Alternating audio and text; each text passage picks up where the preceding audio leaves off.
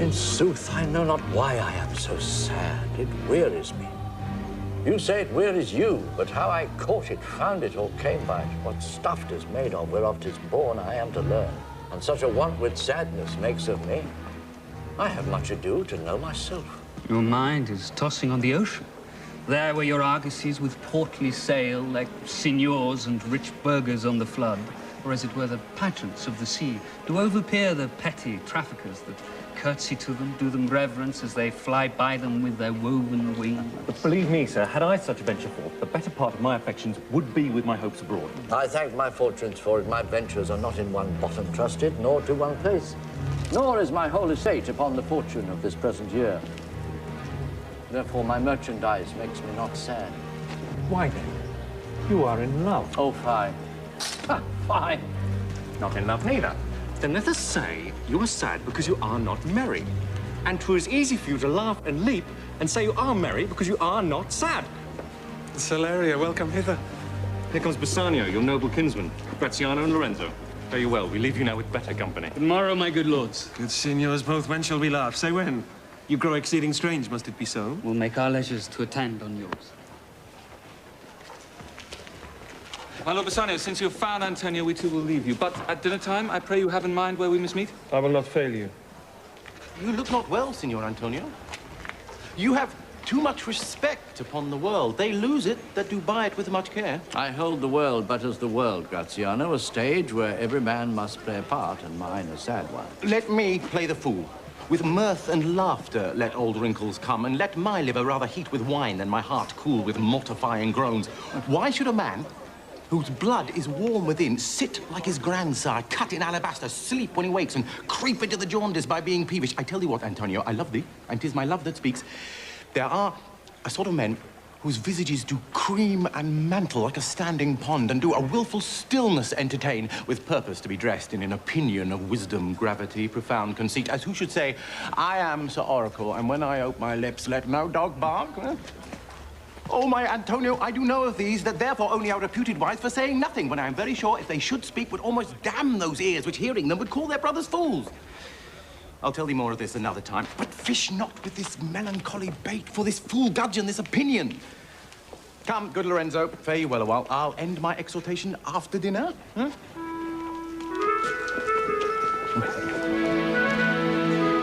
Gratiano speaks an infinite deal of nothing. More than any man in all Venice. Well, tell me now, what lady is the same to whom you swore a secret pilgrimage that you today promised to tell me of? 'Tis not unknown to you, Antonio, how much I've disabled mine estate. By something showing a more swelling port than my faint means would grant continuance. To you, Antonio, I owe the most. In money and in love, and from your love, I have a warranty to unburthen all my plots and purposes, how to get clear of all the debts I owe. I pray you, good Bassanio, let me know it.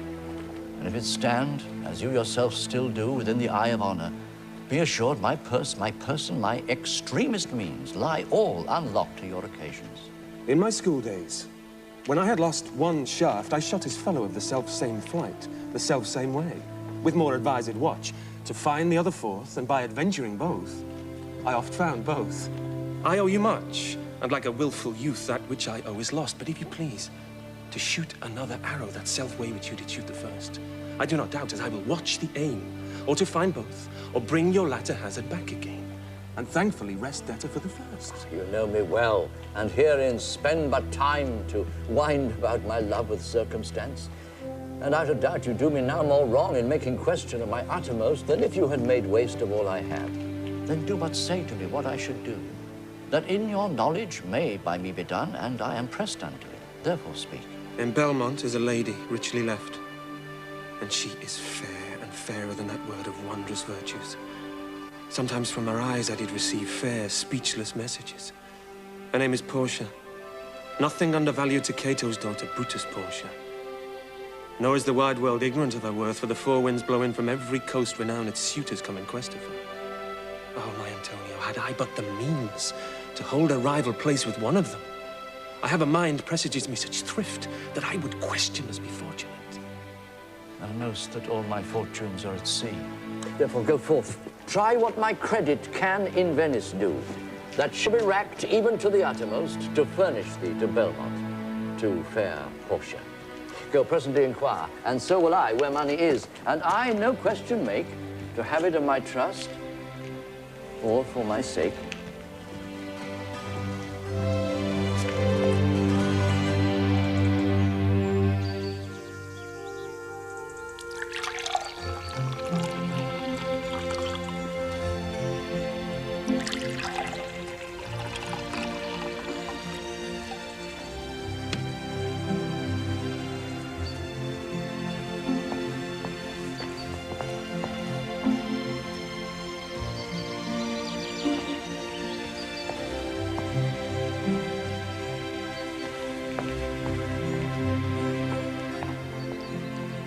By my troth, Nerissa, my little body is aweary of this great world. You would be, sweet madam, if your miseries were in the same abundance as your good fortunes are. And yet, for aught I see, they are as sick that surfeit with too much as they that starve with nothing. Good sentences and well pronounced. They would be better if well followed.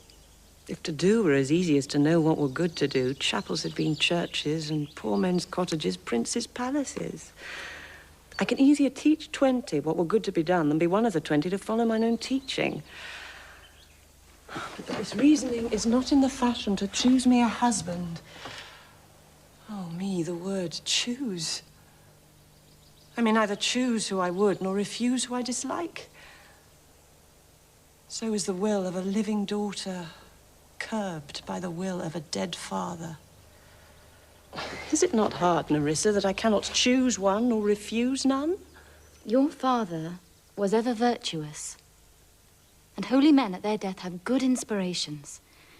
Therefore the lottery that he hath devised, in the 3 chests of gold, silver, and lead, whereof who chooses his meaning chooses you, will no doubt never be chosen by any rightly, but one who you shall rightly love. But what warmth is there in your affection towards any of these princely suitors that are already come? I pray thee, overname them. And as thou namest them, I will describe them, and according to my description, level at my affection. First, there is the Neapolitan prince. Aye, that's a colt indeed, for he doth nothing but talk of his horse. And he makes it a great appropriation to his own good parts that he can shoe him himself. Then is there the County Palatine. He doth nothing but frown, as who should say, you will not have me. Choose. How like you the young German, the Duke of Saxony's nephew? Very vilely in the morning when he is sober, and most vilely in the afternoon when he is drunk. In truth, I know it is a sin to be a mocker, but he. When he's best, he's a little worse than a man, and when he's worst, he's little better than a beast. I will do anything, Nerissa, ere I will be married to a sponge. You need not fear, lady, the having any of these lords. They have acquainted me with their determinations, which is indeed to return to their home, and to trouble you with no more suit. I'm glad this parcel of wooers is so reasonable, for there's not one among them but I dote on his very absence, and I pray God grant them a fair departure. Do you not remember, lady, in your father's time, a Venetian, a scholar and a soldier that came hither in the company of the Marquis of Montferrat. Yes, yes, it was Bassanio. As I think so was he called. True, madam. He, of all the men that ever my foolish eyes looked upon, was the best deserving of fair lady. I remember him well. And I remember him worthy of thy praise. How now, what news? The strangers seek for you, madam, to take their leave. And there is a forerunner come from the Prince of Morocco, who brings word the prince, his master, will be here tonight. Come, Nerissa. Sarah, go before. While we shut the gate upon one wooer, another knocks at the door.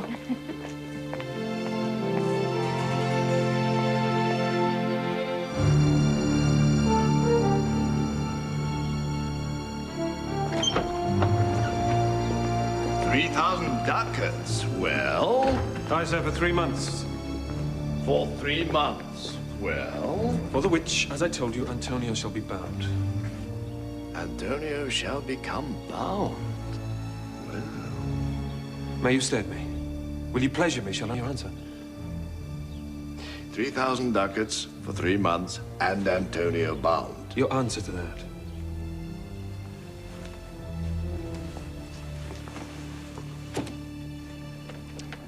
Antonio is a good man. Have you heard any imputations to the contrary?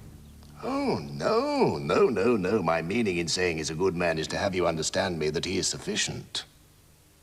Yet his means are in supposition. He hath an argosy bound to Tripolis, another to the Indies, and other ventures he hath squandered abroad. But ships are but boards, sailors but men. And then there is the peril of waters, winds, and rocks. The man is notwithstanding sufficient. 3,000 ducats. I think I may take his bond. Be assured you may. I will be assured I may. And that I may be assured, I will bethink me.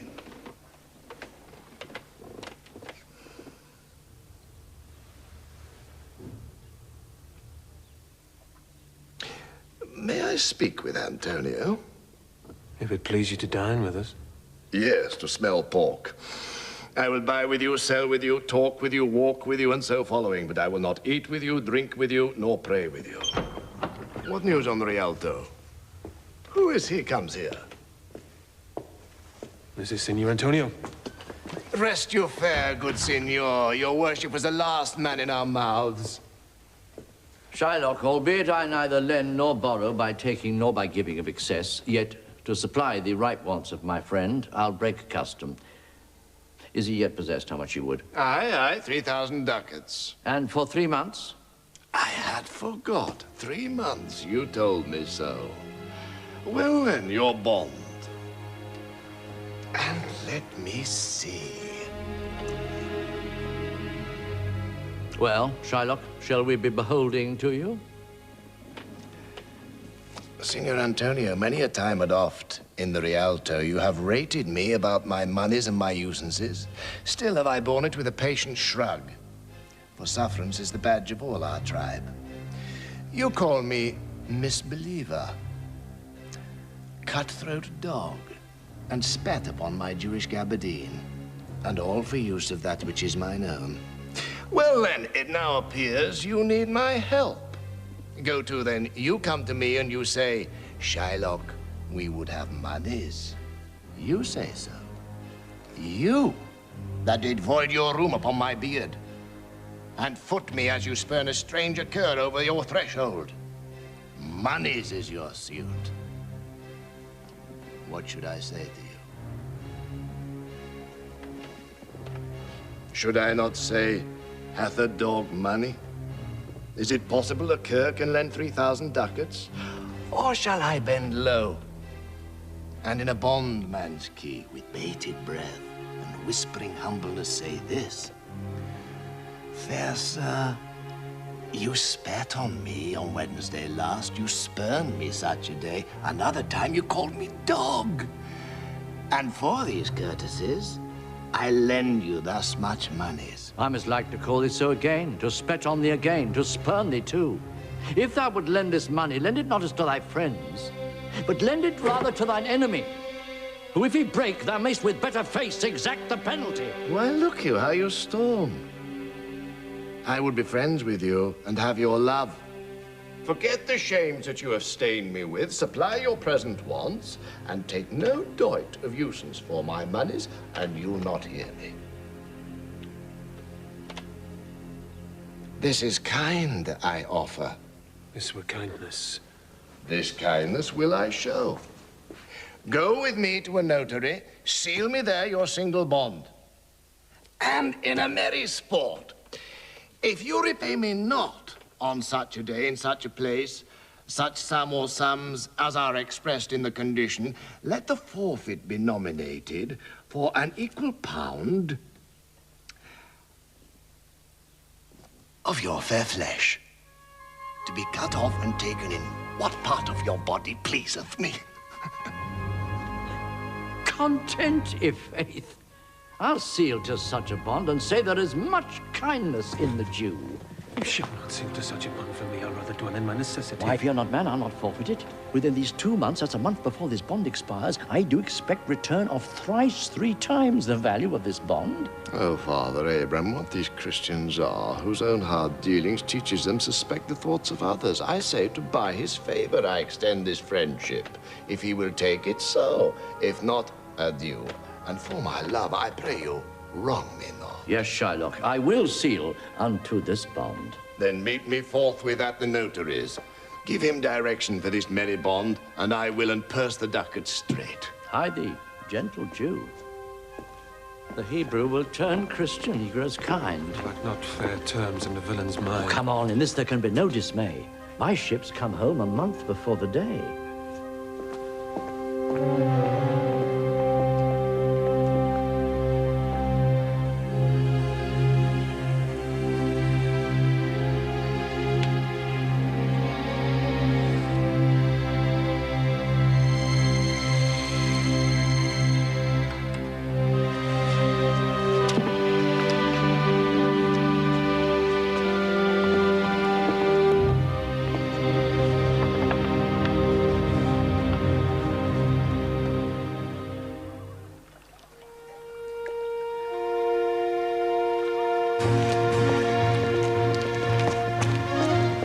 Signor Bassanio. Gratiano? I have suit to you. You have obtained it. You must not deny me. I must go with you to Belmont. Why, then you must. But hear thee, Gratiano, thou art too wild, too rude and bold of voice. Pray thee take pains to allay with some cold drops of modesty thy skipping spirit, lest through thy wild behavior I be misconstant in the place I go to and lose my hopes. Signor Bassanio, hear me. If I do not put on a sober habit, talk with respect, and swear, but now and then wear prayer books in my pocket, look demurely, nay more, while Grace is saying, hood mine eyes thus with my hat and sigh and say amen. Use all the observance of civility like one well studied in a sad Ostend to please his grandam. Never trust me more. Well, we shall see your bearing.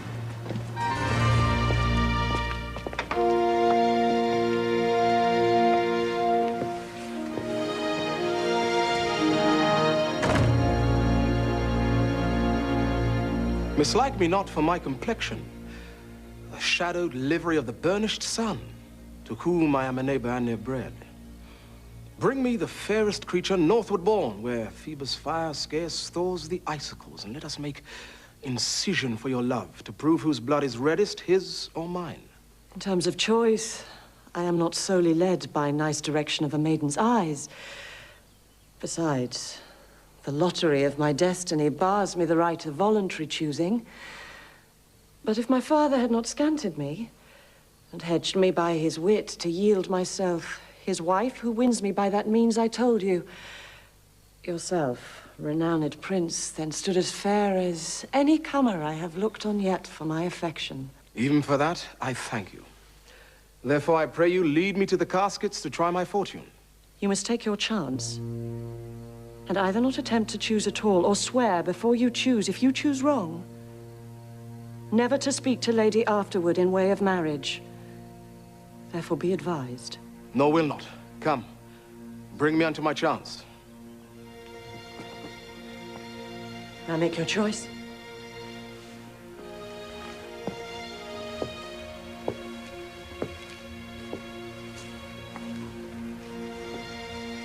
How shall I know if I do choose the right? The one of them contains my picture, Prince. If you choose that, then I'm yours withal. Some god direct my judgment. Let me see. What says this leaden casket? Who chooseth me must give and hazard all he hath. Must give. For what? For lead? Hazard for lead? This casket threatens. What says the silver with her virgin hue? Who chooseth me shall get as much as he deserves. As much as he deserves. Pause there, Morocco, and weigh thy value with an even hand. If thou beest rated by thy estimation, thou dost deserve enough, and yet enough may not extend as far as to the lady. What if I strayed no further but chose here? Let's see once more this saying graved in gold. Who chooseth me shall gain what many men desire. Why, that's the lady. All the world desires her. From the four corners of the earth, they come to kiss this shrine, this mortal breathing saint.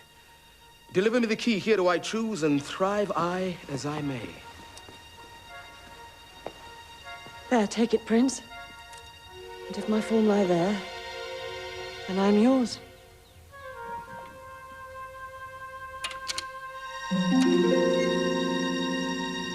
Oh, hell. What have we here? A carrion death, within whose empty eye there is a written scroll.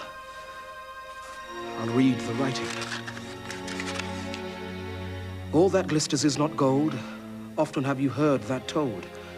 Many a man his life hath sold, but my outside to behold.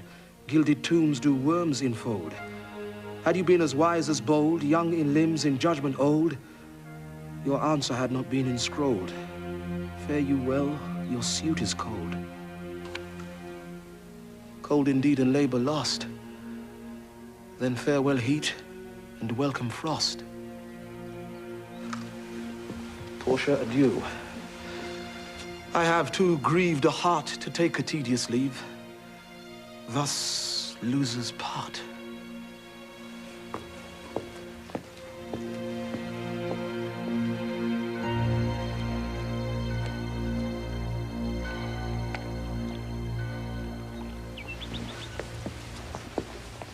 I'm sorry thou wilt leave my father so. Our house is hell, and thou, a merry devil, didst rob it of some taste of tediousness. But fare thee well. There is a duck up for thee. And, Lancelot, soon at supper shalt thou see Lorenzo, who is thy new master's guest. Give him this letter. Do it secretly. And so farewell. I would not have my father see me and talk with thee. Adieu. Tears exhibit me tongue, most beautiful pagan, most sweet Jew. If a Christian do not play the knave and get thee, I am much deceived. But adieu. These foolish drops do something drown me manly spirit. Adieu. Farewell, good Lancelot.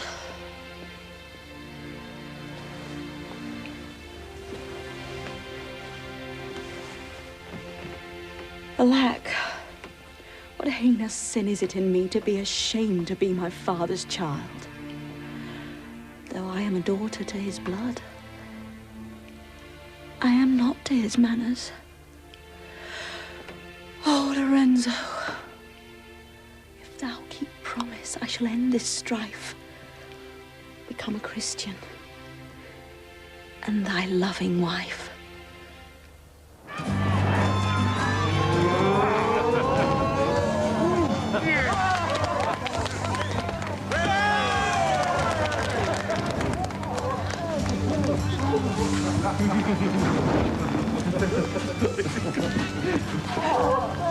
Friend Lancelot, what's the news? It shall please you to break up this, it shall seem to signify. Another hand. In faith, 'tis a fair hand. And whiter than the paper it writ on is the fair hand that writ. Love news in faith. By your leave, sir. With the ghost, though? Marry, sir, to bid me old master the Jew to sup tonight with me new master the Christian. Hold. Here, take this. Tell gentle Jessica I will not fail her. Speak it privately. Was not that letter from fair Jessica? I must needs tell thee all. She hath directed how I shall take her from her father's house. What gold and jewels she is furnished with. What page's suit she hath in readiness. If e'er the Jew her father come to heaven, it shall be for his gentle daughter's sake. Come, go with me. Peruse this as thou goest. Fair Jessica shall be my torchbearer. Well, thou shalt see. Thy eye shall be thy judge. The difference of old Shylock and Bassanio. What, Jessica? Thou shalt not gormandize as thou hast done with me. What, Jessica? And sleep and snore and rend apparel out. Why, Jessica, I say? Why, Jessica? Who bids thee call? I do not bid thee call. Your worship was wont to tell me I could do nothing without bidding. Call you? What is your will? And bid forth the supper, Jessica. There are my keys. But wherefore should I go? I am not bid for love. They flatter me. But yet I'll go in hate to feed upon the prodigal Christian. Jessica, my girl, look to my house. I am right loath to go. I beseech you, sir, go. My young master doth expect your reproach. So do I, his. They have conspired together. I will not say you shall see a mask, but if you do, it was not for nothing that my nose fell a-bleeding on Black Monday last at 6 o'clock in the morning. What? Other masks? Hear you me, Jessica? Lock up my doors. And when you hear the drum and the vile squealing of the wry-necked fife, clamber you not up to the casements then, but stop my house's ears.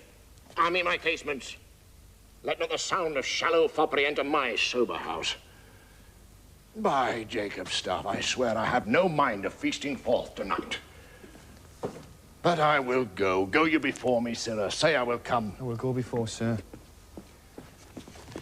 Mistress, look out at window for all this. There will come a Christian by, will be worth a Jew, S.I.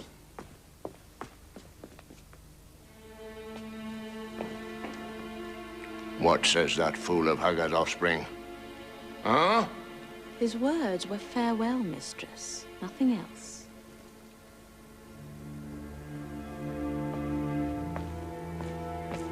Perhaps I will return immediately. Do as I bid you. Shut doors after me. Fast bind, fast find. The proverb never stale in thrifty mind.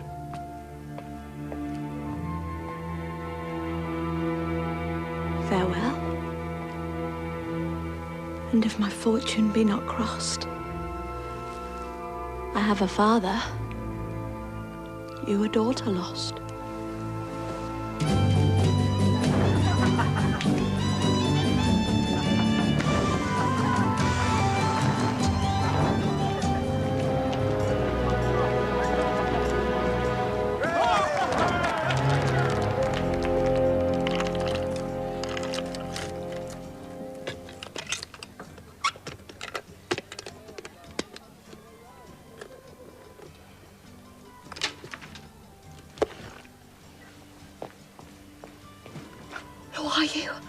Lorenzo, and thy love.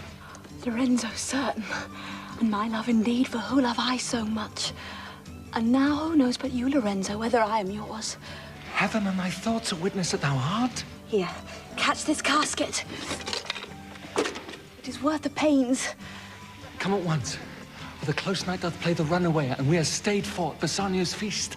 I will make fast the doors, and gild myself with some more ducats, and be with you straight.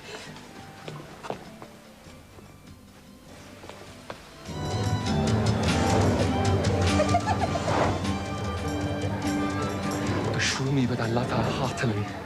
For she is wise, if I can judge of her, and fair she is, if that mine eyes be true, and true she is, as she hath proved herself. And therefore, like herself, wise, fair, and true, shall she be placed in my constant soul. What, art thou come? Come, gentlemen, away. Our masking mates by this time for our stay.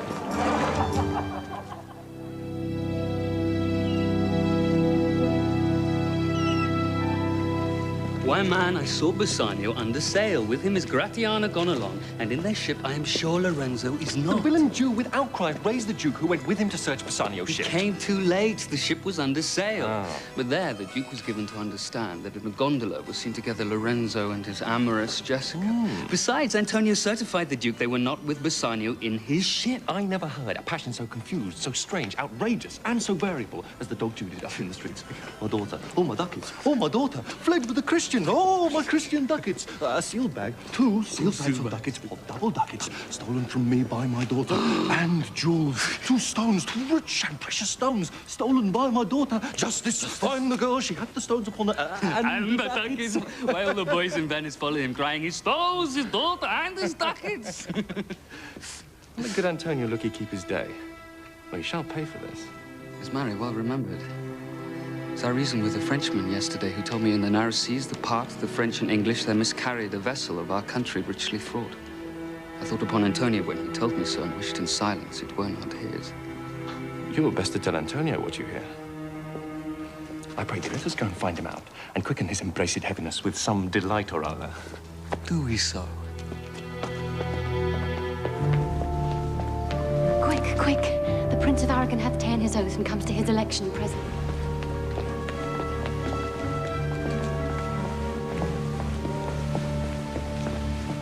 Behold, there stand the caskets, noble prince.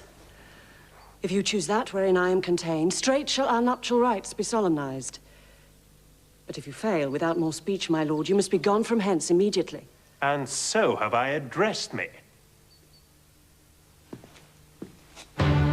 Fortune now to my heart's hope. Gold, silver, and base lead. Who chooseth me must give and hazard all he hath. And you shall look fairer ere I give or hazard. What says the golden chest? Oh, let me see. Who chooseth me shall gain what many men desire. I will not choose what many men desire, because I will not jump with common spirits and rank me with the barbarous multitudes. Why then to thee, thou silver treasure house? Who chooseth me shall get as much as he deserves. Well said, too. I will assume desert. Give me a key for this, and instantly unlock my fortunes here.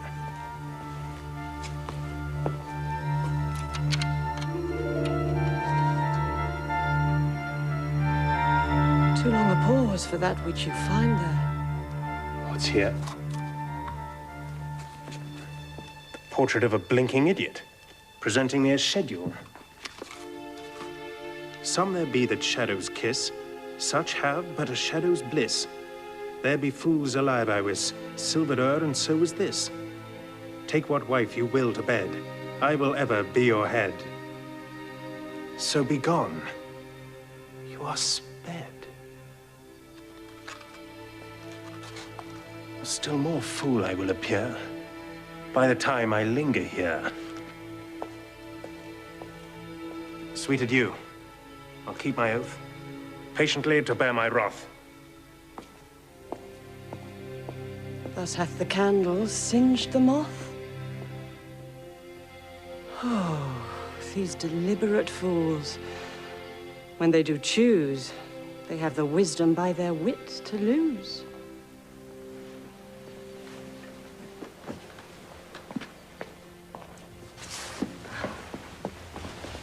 Madam, there is alighted at your gate a young Venetian, one that comes before to signify the approaching of his lord, from whom he bringeth sensible regreets, to wit, besides commends and courteous breath, gifts of rich value. Yet I have not seen so likely an ambassador of love. No more, I pray thee.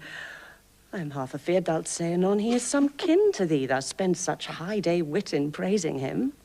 Come, come, Nerissa. For I long to see quick Cupid's post that comes so mannerly. Bassanio, Lord love, if thy will it be.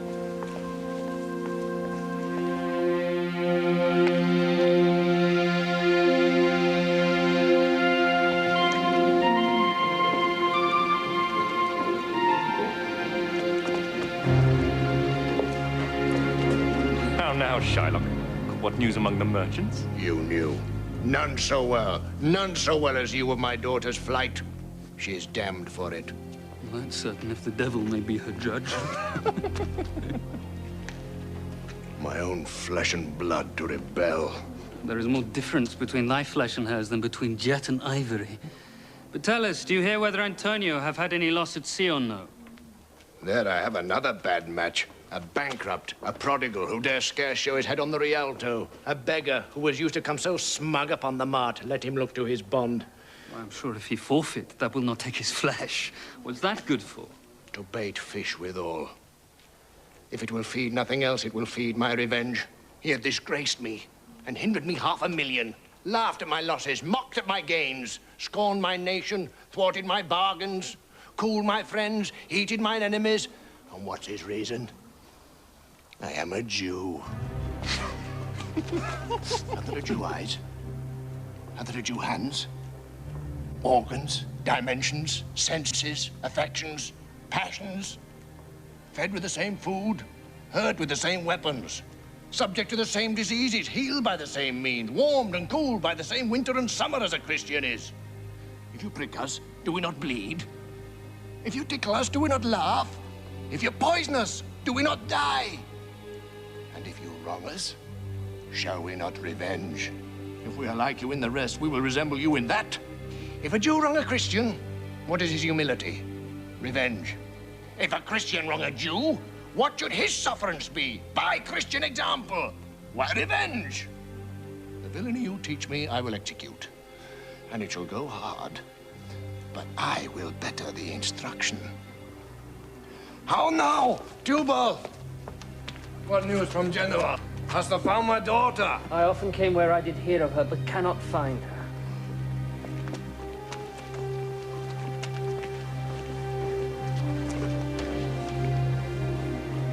The curse never fell upon our nation till now. I never felt it till now. I would my daughter were dead at my foot and the jewels in her ear. Would she were hearsed at my foot and the ducats in her coffin. No news of them. Why so?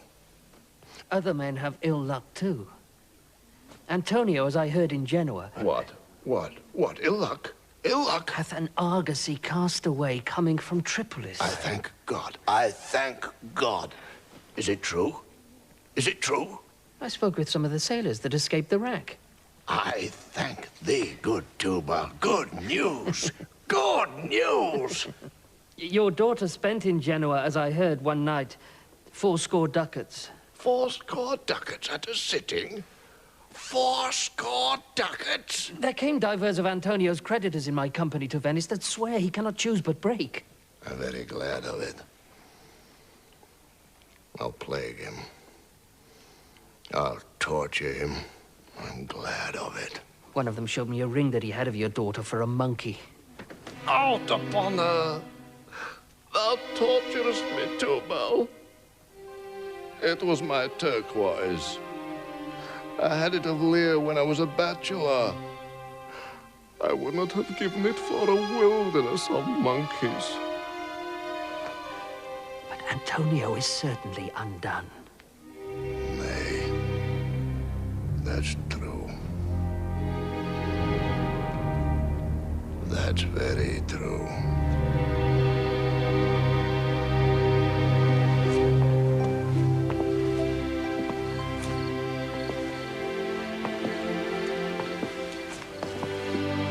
Pray you tarry. Pause a day or two before you hazard, for in choosing wrong, I lose your company. I could teach you how to choose right, but then I am forsworn, so will I never be.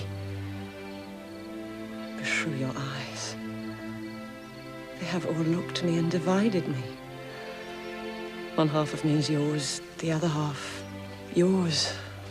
Mine own, I would say, but if mine, then yours, and so all yours. I speak too long, but 'tis to appease the time, to eke it and to draw it out in length, to stay from election. Let me choose, for as I am, I live. Upon the rack, Bassanio, then confess what treason there is mingled with your love. None but that ugly treason of mistrust. which makes me fear the enjoying of my love. There may as well be amity and life between snow and fire as treason and my love. Aye, but I fear you speak upon the rack where men enforced do speak anything. Promise me life and I'll confess the truth. Well, then confess and live. Confess and love. Had been the very sum of my confession. Oh, happy torment when my torturer doth teach me answers for deliverance. But let me to my fortune and the caskets. Away then.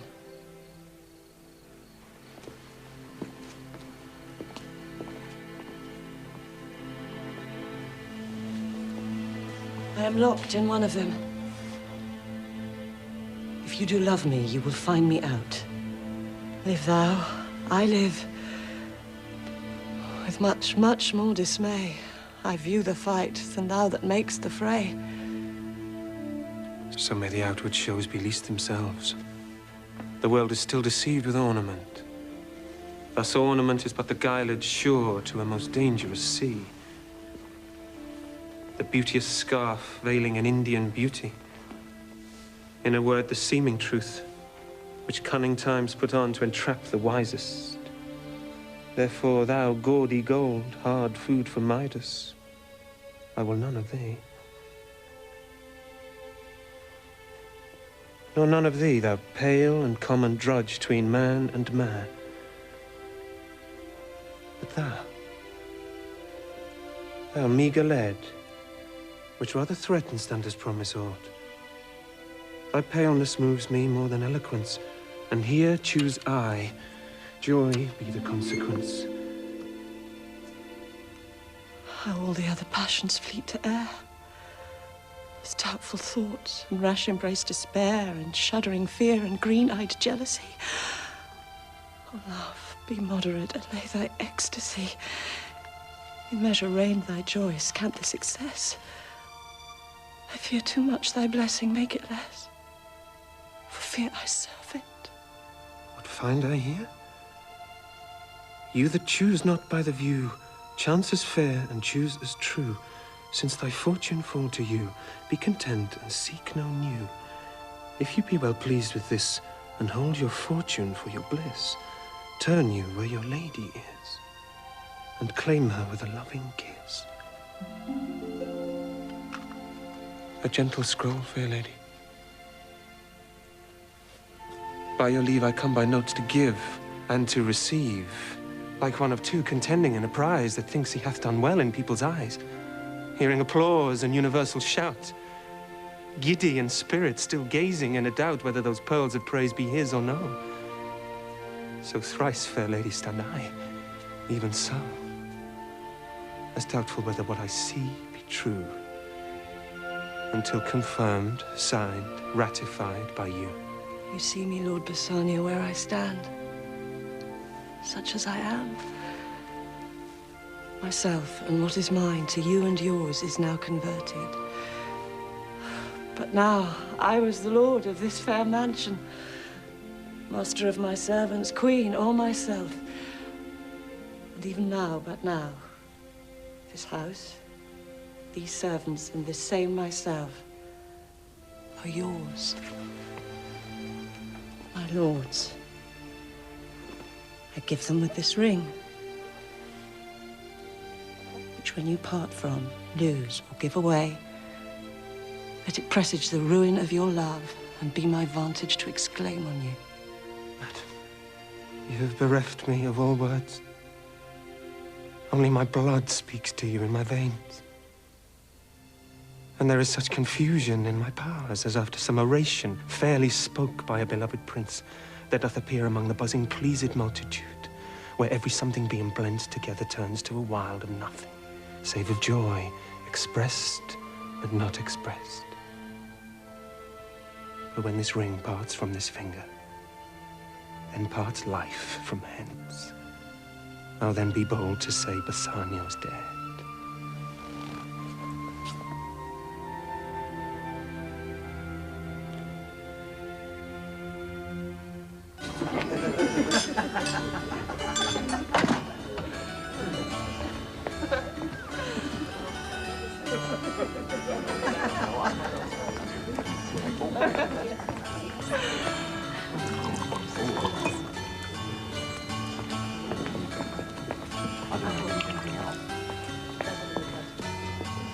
My lord and lady, it is now our time that have stood by and seen our wishes prosper to cry good joy. Good joy, my lord and lady. My lord and lady. My lord Bassanio, and my gentle lady, I wish you all the joy that you can wish, for I'm sure you can wish none from me. And when your honors mean to solemnize the bargain of your faith, I do beseech you, even at that time, I may be married too. With all my heart, so thou canst get a wife. I thank your lordship. You have got me one. My eyes, my lord, can look as swift as yours. You saw the mistress. I beheld the maid. You loved. I loved. For intermission no more pertains to me, my lord, than you. Your fortune stood upon the caskets there, and so did mine too, as the matter falls. With oaths of love, at last, if promise last, I got a promise of this fair one here to have her love, provided that your fortune achieved her mistress. Is this true, Nerissa? Madam, it is. So you stand pleased with all. And do you, Gratiano, mean good faith? Yes, faith, my lord. Our feast shall be much honored in your marriage. But who comes here? Lorenzo and his infidel. What? And my old Venetian friend, Salerio.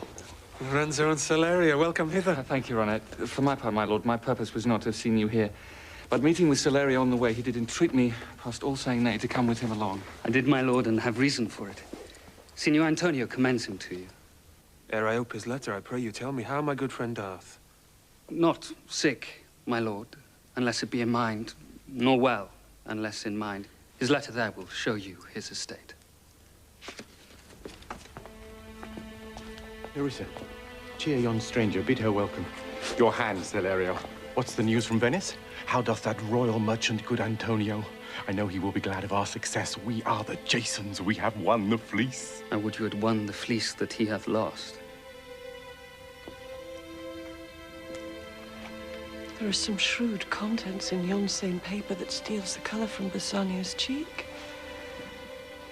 Some dear friend dead, else nothing in the world could turn so much the constitution of any constant man. What, worse and worse? With leave, Bassanio, I am half yourself, and I must freely have the half of anything that this same paper brings you. Gentle lady, when I did first impart my love to you, I freely told you all the wealth I had ran in my veins. And yet, dear lady, rating myself at nothing, you shall see how much I was a braggart. Indeed, I have engaged myself to a dear friend. Engaged my friend to his mere enemy.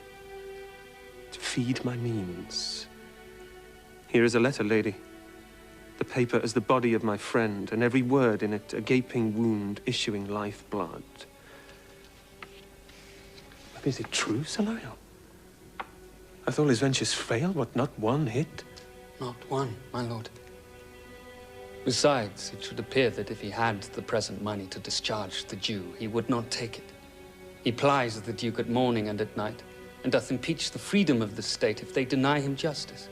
20 merchants, the Duke himself, and the magnificos of greatest port have all persuaded with him, but none can drive him from the envious plea of forfeiture of justice and his bond.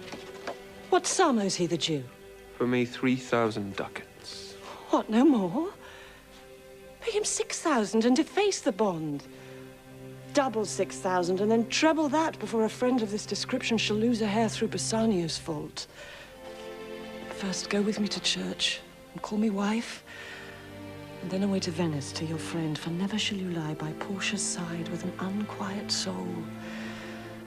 You shall have gold to pay the petty debt 20 times over. Come away, for you shall hence upon your wedding day. Bid your friends welcome, show a merry cheer. Since you are dear bought, I will love you dear. Since I have your good leave to go away, I will make haste. But till I come again, no bed shall e'er be guilty of my stay, no rest be interposer twixt us twain.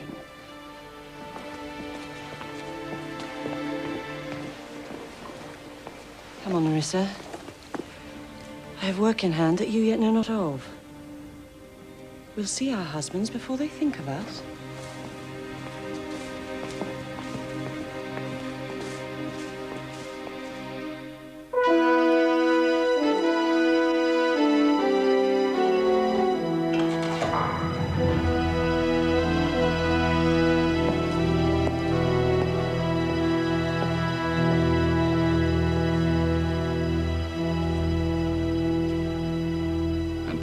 am sorry for thee. Thou art come to answer a stony adversary, an inhuman wretch, incapable of pity, void and empty from any dram of mercy. I have heard your grace hath ta'en great pains to qualify his rigorous course, but since he stands obdurate, and that no lawful means can carry me out of his envious reach, I do oppose my patience to his fury, and am armed to suffer with a quietness of spirit the very tyranny and rage of his. Go on. Call the Jew into the court. He is ready at the door. He comes, my lord.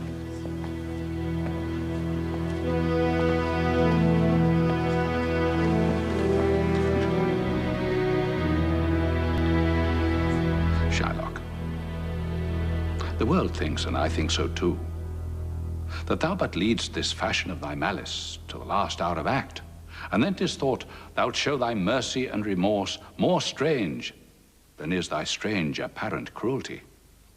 And where thou now exacts the penalty, which is a pound of this poor merchant's flesh, thou wilt not only loose the forfeiture, but touched with human gentleness and love, forgive a moiety of the principal.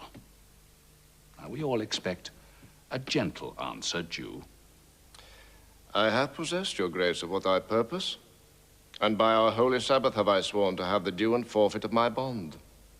If you deny it, let the danger light upon your charter and your city's freedom. How shalt thou hope for mercy, rendering none? What judgment shall I dread doing no wrong? You have among you many a purchased slave, which, like your asses and your dogs and mules, you use in abject and in slavish parts, because you bought them. Shall I say to you, let them be free? Marry them to your heirs? Why sweat they under burthens? Let their beds be made as soft as yours, and let their palates be seasoned with such viands. You will answer, the slaves are ours. So do I answer you. The pound of flesh which I demand of him is dearly bought. 'Tis mine, and I will have it. If you deny me, fie upon your laws. There is no force in the decrees of Venice. I stand for judgment. Answer. Shall I have it? Upon my power, I may dismiss this court. Unless Bellario, a learned doctor, whom I have sent for to determine this, come here today. My lord, he stays without a messenger with letters from the doctor, and you come from Padua. Bring us the letters. Call the messenger. Good cheer, Antonio. What man? Courage yet. That you shall have my flesh, blood, bones, and all. Ere thou shalt lose for me one drop of blood. I am a tainted wether of the flock, meetest for death.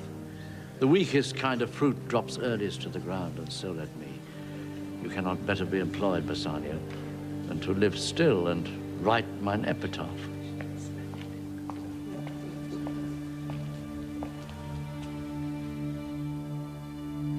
Came you from Padua, from Bellario? From both, my lord. Bellario greets your grace.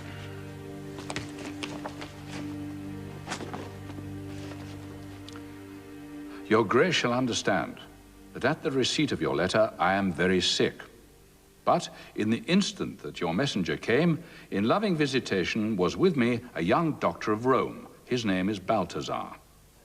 I acquainted him with the cause in controversy between the Jew and Antonio the merchant. He is furnished with my opinion, which, bettered with his own learning, the greatness whereof I cannot enough commend, comes with him at my importunity to fill up your grace's request in my stead. I leave him to your gracious acceptance, whose trial shall better publish his commendation. And you hear the learned Bellario what he writes. And here, I take it, is the doctor come. You're welcome. Take your place. Are you acquainted with the difference that holds this present question in the court? I am informed truly of the cause.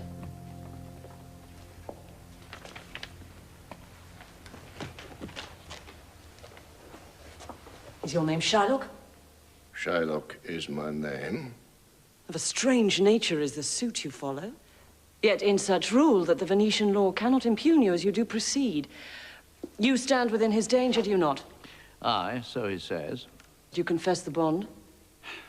I do. Then must the Jew be merciful. On what compulsion must I?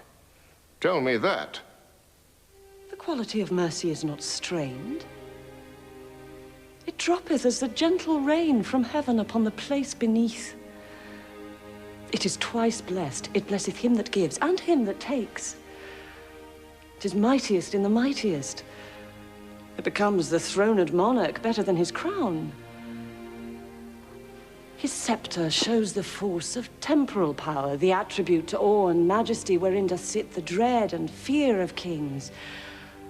But mercy is above this sceptred sway. It is enthroned in the hearts of kings. It is an attribute to God himself. And earthly power doth then show likest gods when mercy seasons justice. Therefore, Jew, though justice be thy plea, consider this, that in the course of justice, none of us should see salvation. We do pray for mercy. And that same prayer doth teach us all to render the deeds of mercy. I have spoke thus much to mitigate the justice of thy plea, which if thou follow, this strict court of Venice must needs give sentence gainst the merchant there. My deeds upon my head. I crave the law, the penalty and forfeit of my bond. Is he not able to discharge the money? Yes, here I tender it for him in the court, yea, twice the sum. If that will not suffice, I will be bound to pay it 10 times o'er on forfeit of my hands, my head, my heart. If this will not suffice, it must appear that malice bears down truth. And I beseech you, rest once the law to your authority. To do a great right, do a little wrong, and curb this cruel devil of his will. It must not be. There is no power in Venice can alter a decree established. 'Twill be recorded for a precedent, and many an error by the same example will rush into the state. It cannot be. Daniel come to judgment. Yea, Daniel. Oh, wise young judge, how I do honor thee.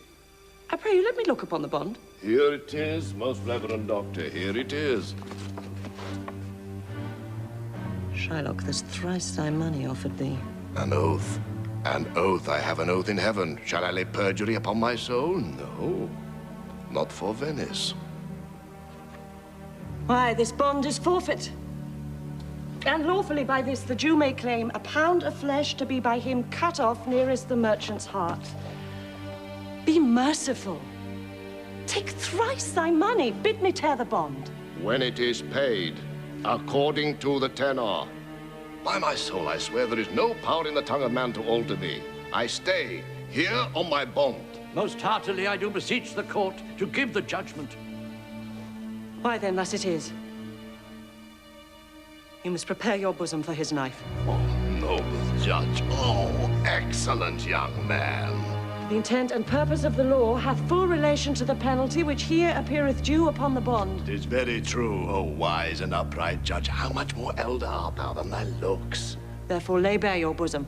Ah, his breast, so says the bond. Doth it not, noble judge, nearest his heart? Those are the very words. It is so.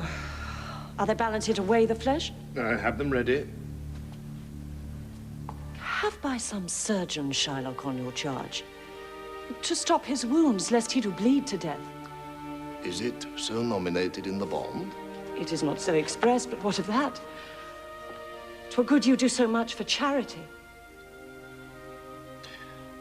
I cannot find it.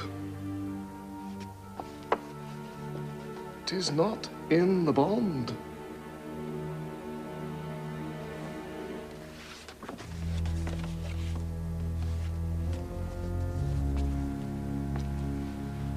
You, merchant, have you anything to say?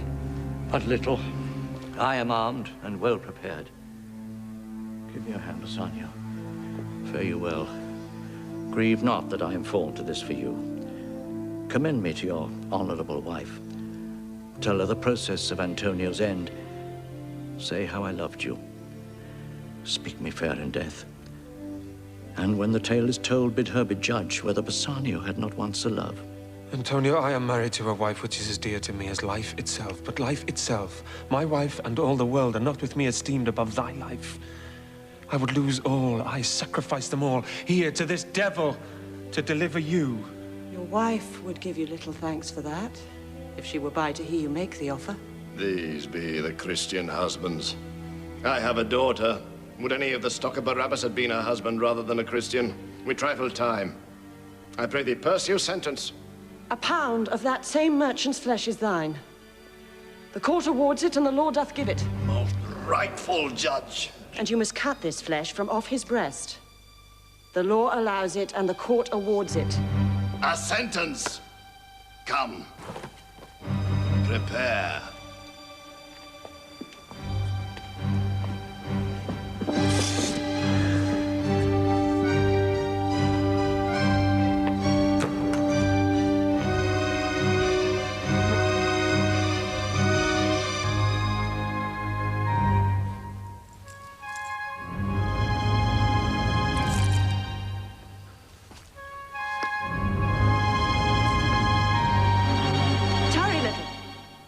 There is something else.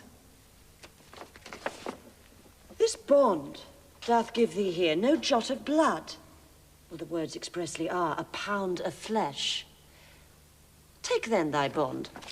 Take thou thy pound of flesh, but in the cutting it, if thou dost shed one drop of Christian blood, thy lands and goods are, by the laws of Venice, confiscate unto the state of Venice. Oh, upright judge, marked you, oh learned judge.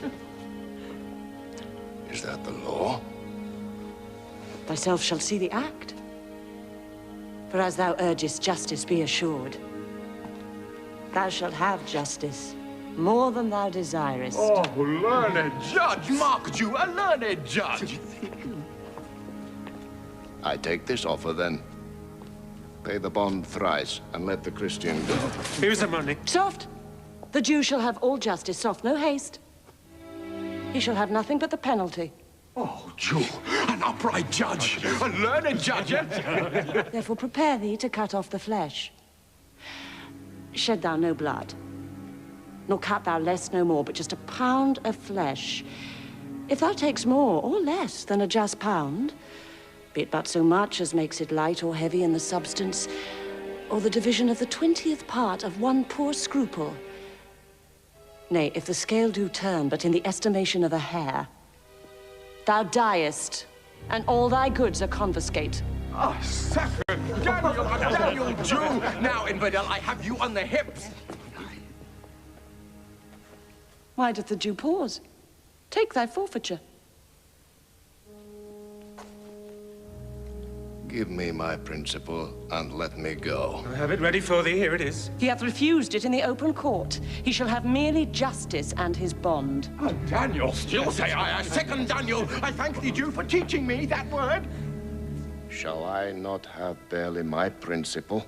Thou shalt have nothing but the forfeiture to be so taken at thy peril, Jew. Why, then the devil give him good of it. I'll stay no longer question. Tarry, Jew. The law hath yet another hold on you.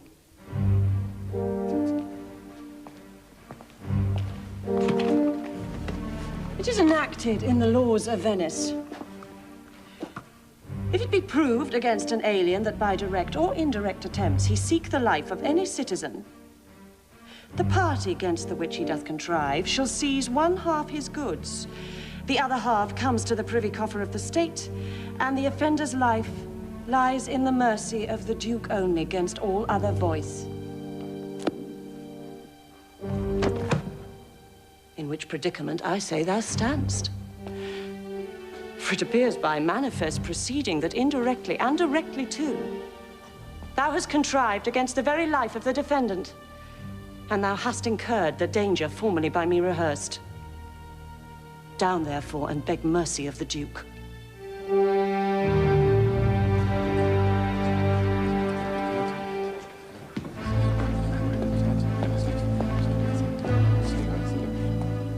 That thou shalt see the difference of our spirit. I pardon thee thy life before thou ask it. For half thy wealth, it is Antonio's.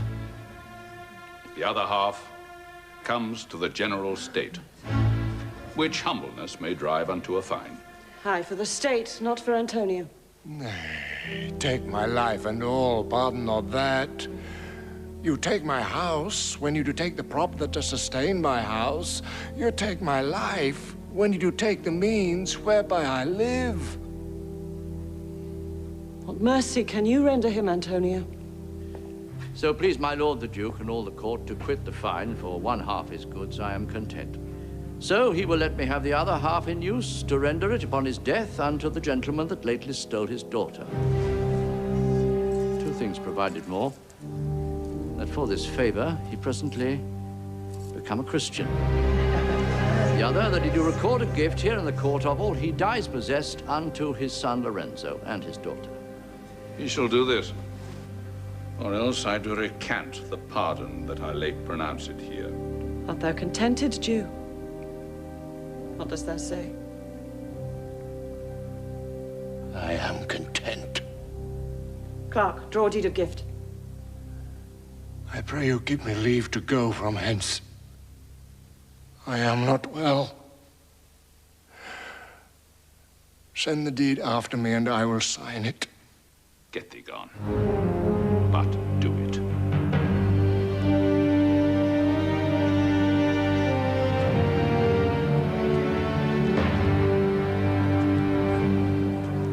Sir, I entreat you home with me to dinner. I humbly do desire your grace of pardon. I must away this night toward Padua, and it is meet I presently set forth. I'm sorry that your leisure serves you not.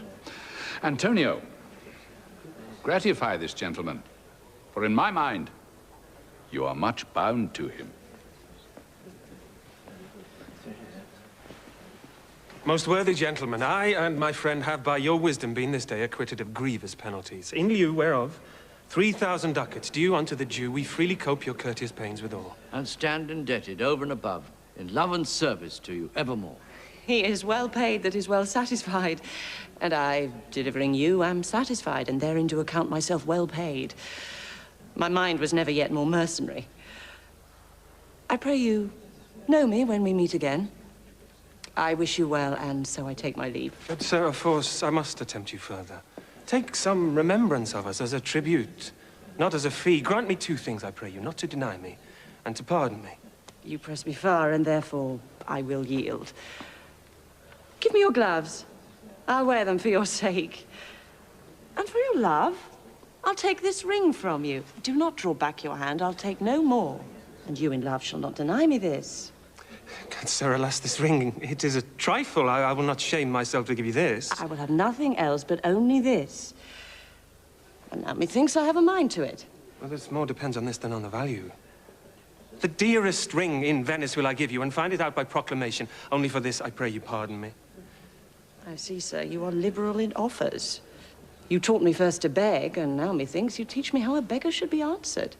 Good sir, this ring was given me by my wife. And when she put it on, she made me vow that I should neither sell nor give nor lose it. That excuse serves many men to save their gifts. And if your wife be not a mad woman, I know how well I have deserved this ring. She would not hold out enemy forever for giving it to me.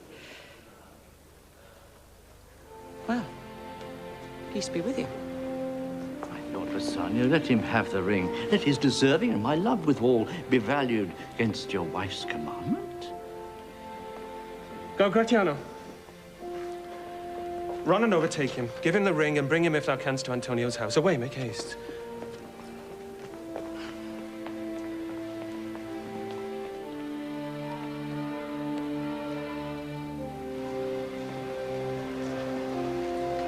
Inquire the Jew's house out. Give him this deed and let him sign it.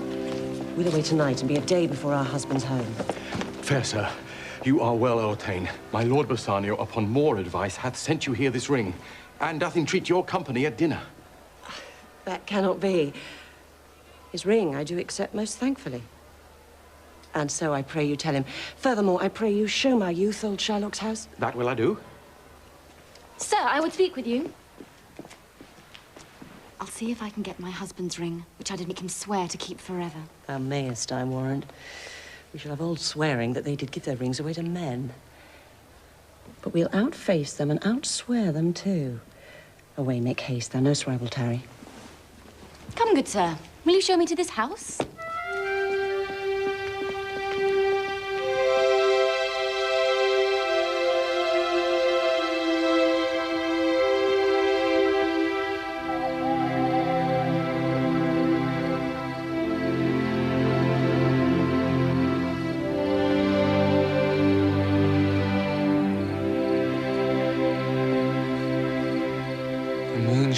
bride. In such a night as this, when the sweet wind did gently kiss the trees and they did make no noise, in such a night, Troilus, methinks, mounted the Trojan walls and sighed his soul toward the Grecian tents where Cressid lay that night. In such a night, did Thisbe fearfully owe a trip to dew, and saw the lion's shadow ere himself, and ran dismayed away. In such a night stood Dido with a willow in her hand upon the wild sea banks, and waft her love to come again to Carthage. In such a night, Medea gathered the enchanted herbs that did renew old Aeson. In such a night did Jessica steal from the wealthy Jew, and with an unthrift love did run from Venice as far as Belmont. In such a night, did young Lorenzo swear he loved her well, stealing her soul with many vows of faith, and ne'er a true one. In such a night did pretty Jessica, like a little shrew, slander her love, and he forgave it her.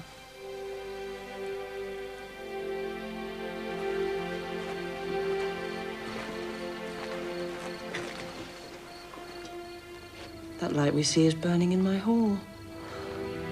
How far that little candle throws his beams.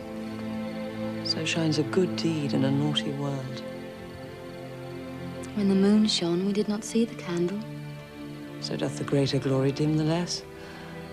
A substitute shines brightly as a king until a king be by, and then his state empties itself, as doth an inland brook into the main of waters. That is the voice, or I'm much deceived, of Portia. He knows me as the blind man knows the cuckoo, by the bad voice. Dear lady, welcome home. We have been praying for our husband's welfare, which speed we hope the better for our words. Are they returned? Madam, they are not yet. Go in, Nerissa. Give order to my servants that they take no note at all of our being absent hence. Nor you, Lorenzo, Jessica, nor you. We are no telltales, madam, fear you not.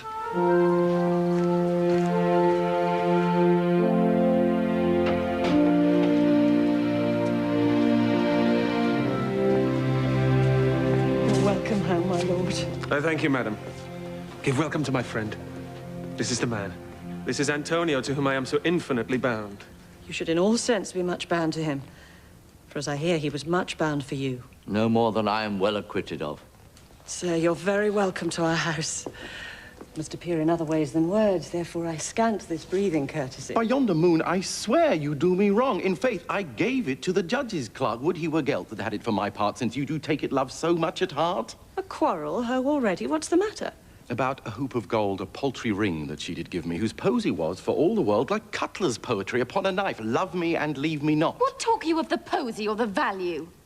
You swore to me when I did give it you that you would wear it till your hour of death, and that it should lie with you in your grave. Gave it a judge's clerk. No, God's my judge, the clerk will ne'er wear hair on's face that had it. He will, and if he live to be a man... Oh, aye, if a woman lived to be a man. Now, by this hand, I gave it to a youth, a kind of boy, a little scrubbed boy, no higher than thyself, the judge's clerk. You were to blame. I must be plain with you to part so slightly with your wife's first gift. A thing stuck on with oaths upon your finger and so riveted with faith unto your flesh. I gave my love a ring and made him swear never to part with it, and here he stands. I dare be sworn for him he would not leave it, nor pluck it from his finger for the wealth that the world masters. Now, in faith, Gratiano, you give your wife too unkind a cause of grief. And 'twere to me, I should be mad at it.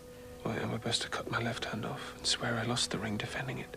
My lord Bassanio gave his ring away unto the judge that begged it, and indeed deserved it too. And then the boy, his clerk, that took some pains in writing, he begged mine, and neither man nor master would take aught but the 2 rings. What ring gave you, my lord?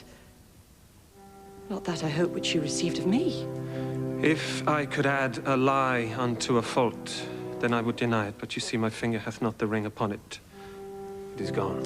Even so void is your false heart of truth. By heaven, I will ne'er come in your bed until I see the ring. Nor I in yours till I again see mine. Sweet Portia, if you did know to whom I gave the ring, if you did know for whom I gave the ring, and could conceive for what I gave the ring, and how unwillingly I left the ring, when naught would be accepted but the ring, you would abate the strength of your displeasure. If you had had known the virtue of the ring, or half her worthiness that gave the ring, or your own honor to contain the ring, you would not then have parted with the ring. Nerissa teaches me what to believe. I'll die for it, but some woman had the ring. No, by my honor, madam, by my soul, no woman had it but a civil doctor, which did refuse 3,000 ducats of me, and begged the ring, the which I did deny him, and suffered him to go displeased away. Even he that had held up the very life of my dear friend. What should I say, sweet lady? I was enforced to send it after him. Had you been there, I think you would have begged the ring of me to give the worthy doctor. Let not that doctor e'er come near my house. Since he hath got the jewel that I loved, and that which you did swear to keep for me, I will become as liberal as you. I'll not deny him anything I have, no, not my body, nor my husband's bed.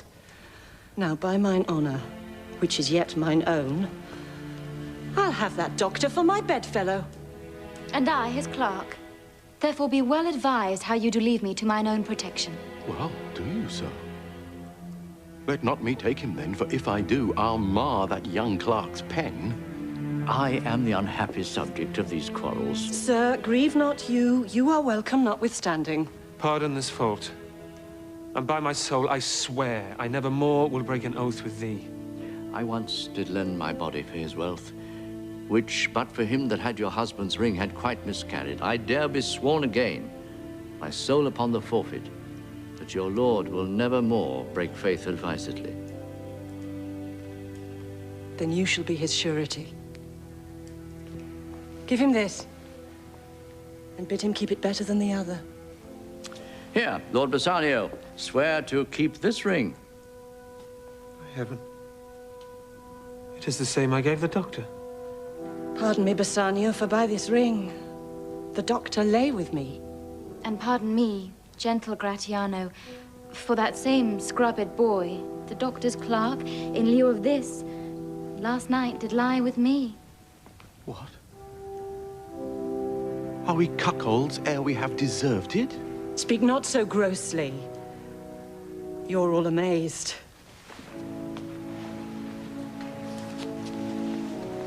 Here is a letter. Read it at your leisure. It comes from Padua, from Bellario.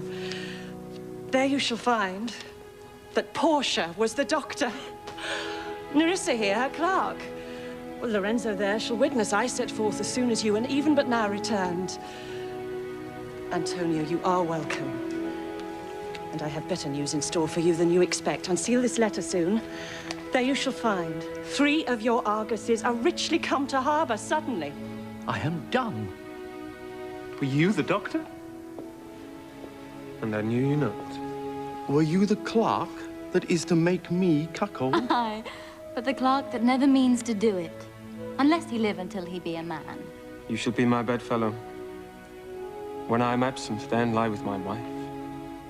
Sweet lady, you have given me life and living. For here I read for certain that my ships are safely come to road. How now, Lorenzo? My clerk hath some good comforts too for you. Aye, and I'll give them him without a fee.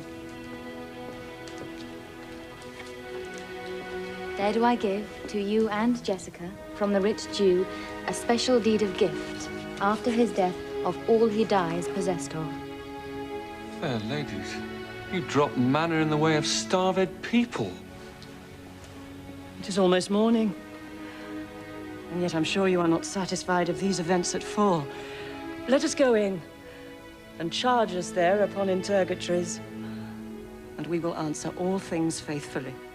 Let it be so.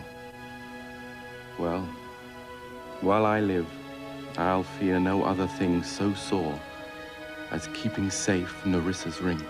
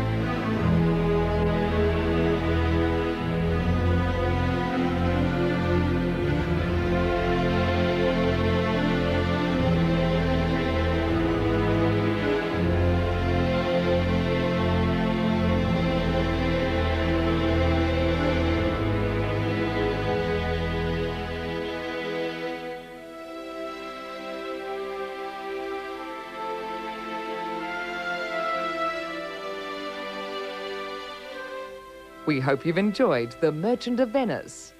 In a moment, a look at our special presentation, 9:30 next Saturday night on ABC.